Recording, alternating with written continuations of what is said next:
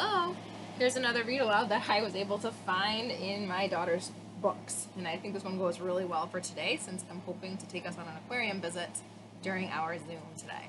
It is called Mr. Seahorse by Carle. Now, the seahorse can do something pretty cool. Mr. and Mrs. Seahorse drifted gently through the sea. Mrs. Seahorse began to wiggle and twist this way and that.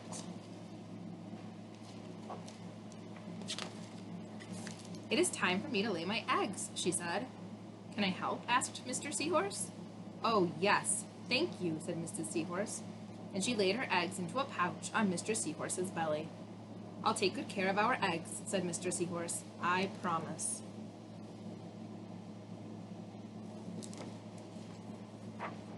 As Mr. Seahorse gently drifted through the sea, he passed right by a group of trumpetfish hidden in a patch of reeds.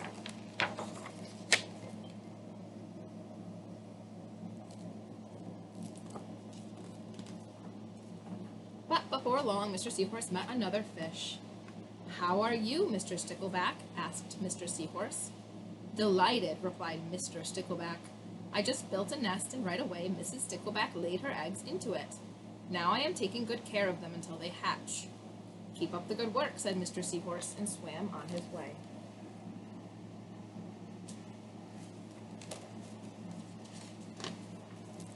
As Mr. Seahorse drifted gently through the sea, he passed right by a lionfish hidden in a coral reef.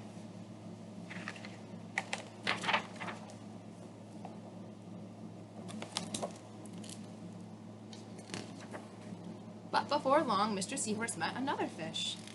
"How are you, Mr. Tilapia?" asked Mr. Seahorse. Mr. Tilapia couldn't answer. His mouth was full of eggs. I know," said Mr. Seahorse. "Mrs. Tilapia laid her eggs.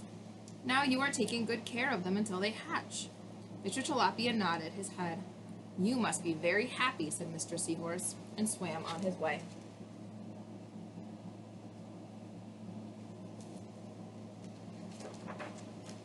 As Mr. Seahorse drifted gently through the sea, he passed right by a pair of leaf fish hidden among the seaweed.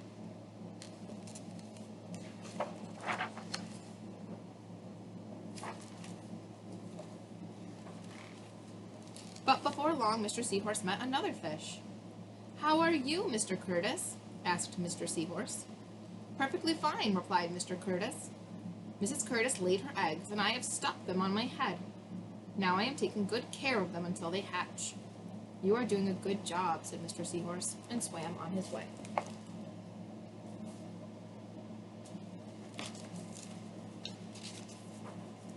As Mr. Seahorse drifted gently through the sea, he passed right by a stonefish hidden behind a rock.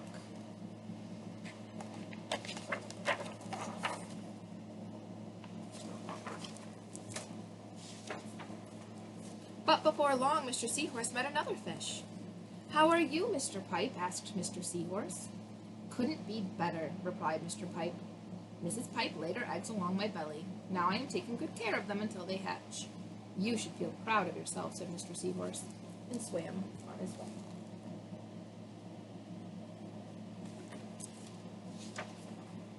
But before long, Mr. Seahorse met another fish. "How are you, Mr. Bullhead?" asked Mr. Seahorse. "Tip-top," replied Mr. Bullhead. "Mrs. Bullhead laid her eggs, and the eggs hatched. Now I'm babysitting." "You are doing a fine job," said Mr. Seahorse, and swam on his way.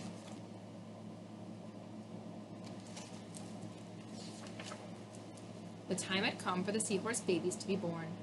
Mr. Seahorse wiggled and twisted this way and that.